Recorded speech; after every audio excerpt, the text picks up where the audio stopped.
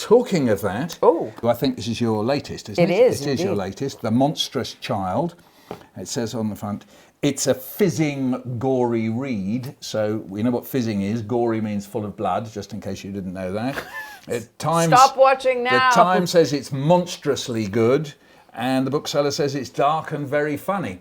So what I thought we could do this time is we're going to ask Francesca to read the first paragraph. So this is about how you begin a story. How do you dive in? How do you grab an audience? So I'm going to ask Francesca to read this first paragraph, and then we're going to go over some of the words in this first paragraph in order to find out how you did it. So here we go. First paragraph of The Monstrous Child by Francesca Simon. Chapter 1, Corpse Baby. You'd think after my brother the snake was born, they'd have stopped at 1. But no. Next was the Wolf Fenrir, and then me. How Mum must have hoped when my top half slithered out that it was third time lucky. A human head! Praise the blood mother! Pink cheeks, pale skin!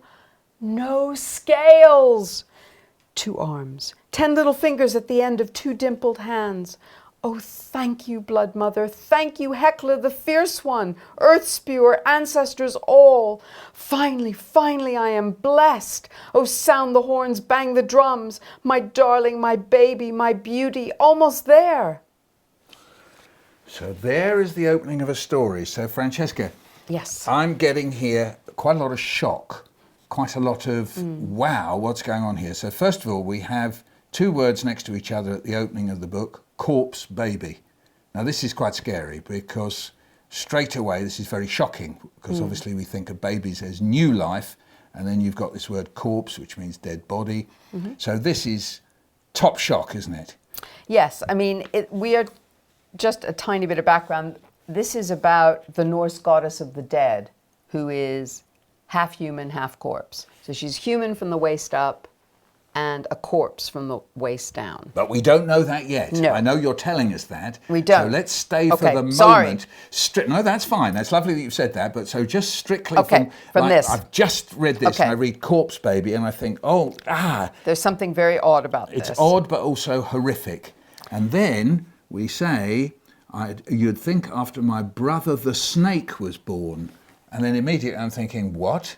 You got a brother who was a snake? That she's very matter of fact about. Yeah. She's not saying, oh no, my brother was, she's going, you'd think. She's straight in there. She's straight in there. Laying it on us, yeah. Also that it's her telling the story and that there's something sort of sarcastic about her voice. You'd think after my brother the snake was born, they'd have stopped at 1. So she's talking about her parents. Yes. So we know she's a child. And we know she's got views of her parents that are quite kind of aggressive, negative. And that she has a snake who's a brother. Yeah. And then just in style there, you say it's first person, so it's you, the person who's telling the story. You would think after my brother the snake was born, they'd have stopped at 1, full stop, but no, full stop. So that's very conversational, isn't it? So that's not, a grammatical sentence, but the fun of it is that you whack back.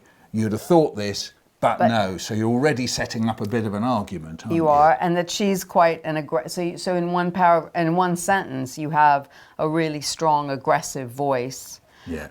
Sarcastic voice. And then we got next was the Wolf Fenrir. So you've not only got a brother who was a snake, you've also got a brother who was a wolf.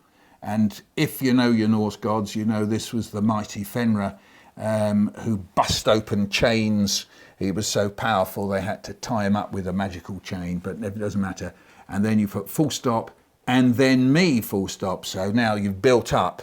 So this is building to a little mini climax, isn't it? And then me. So you must be pretty important if you've got a snake and a wolf as brothers. And then so you. Who are you? But but also that you're not of this world. You're someone a little bit different. Just that's a little for bit. Sure.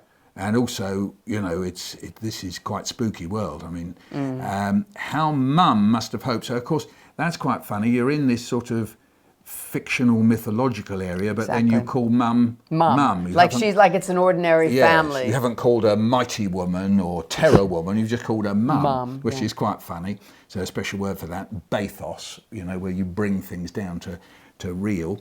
How mum must have hoped when my top half slithered out that it was third time lucky. Now when I heard that, I thought, you mean you'd be an even more monstrous, or that you'd be a human? What would mum want? So I've suddenly found myself thinking, well, what does that mean? So you're pulling me in as a reader. I'm thinking, well, what would lucky be? Because the whole point of, you know, when you write a story is that you want people to read it, and you want people to want to read it. You want to kind of hook them in. So for me, what was quite grabbing about this, because the voice came to me immediately. I've never had that happen before. Oh, right. In a book, where the voice came into my head, and that was the sentence. And I knew then I was going to write this book, and I kept that sentence. So it was like she emerged fully formed in my head. Yes. But because it was exactly what you've said. It's that combination of modern and mythological. Because I think it's sometimes people fall into this idea that if they're writing about mythology or the past, that people spoke in ye oldie worldy tones, and they know that they're very important. No, they don't. She's like an angry teenager. Yeah, great. And then we go on, a human head, praise the blood mother. So that's this character saying praise the blood mother, meaning her mum. Well, so her mum, she's imagining, she's watching her mum give birth to her. She's, watching herself being born. How mum must have hoped when my top half slithered out that it was third time lucky. So then she adopts her mother's voice. A human head, praise the blood mother. Pink cheeks, oh my gosh, you know, I'm lucky, I'm blessed at last. And then blood mother, who's the blood mother? Yes, we don't know. But again, like corpse baby, blood mother is one of the, it's quite horrifying phrase you've come up with. And she's so thrilled that there's no scales. Like so a she's fish watching or a reptile. Well, she's had a snake. Oh yeah, of course. So she's experienced a baby as a snake. Yeah. So no fur. So she's got pink cheeks and pale skin. So already it's not an animal. Yeah. So maybe this will be and my gosh, it's got 2 arms and 10 little fingers. And then she's giving thanks to lots of. Oh, thank you, blood mother. So who's saying, oh, thank you, blood mother? Her Hell's mother. Yeah. Thank you, Heckler the Fierce One. So we've got a character now. Yeah. Earth Spewer. So that's one of those very old phrases where we can bring things together to describe something. Earth Spewer, like we say skyscraper to mean a high-rise flat. Earth Spewer, called a kenning. Ancestors all.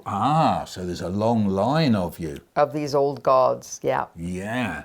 Finally, I am blessed. So that's mum saying that. That's all mum, and I should carry on just reading a little bit more. Oh, sound the horns, bang the drums, my darling, my baby, my beauty, almost there. So this is the first person, the daughter, imagining she's mum, and so talking in the mum's voice, yeah? Because then it goes, so again the mum, panting, straining, pushing. A little god, a little goddess? Who cared, just so long as...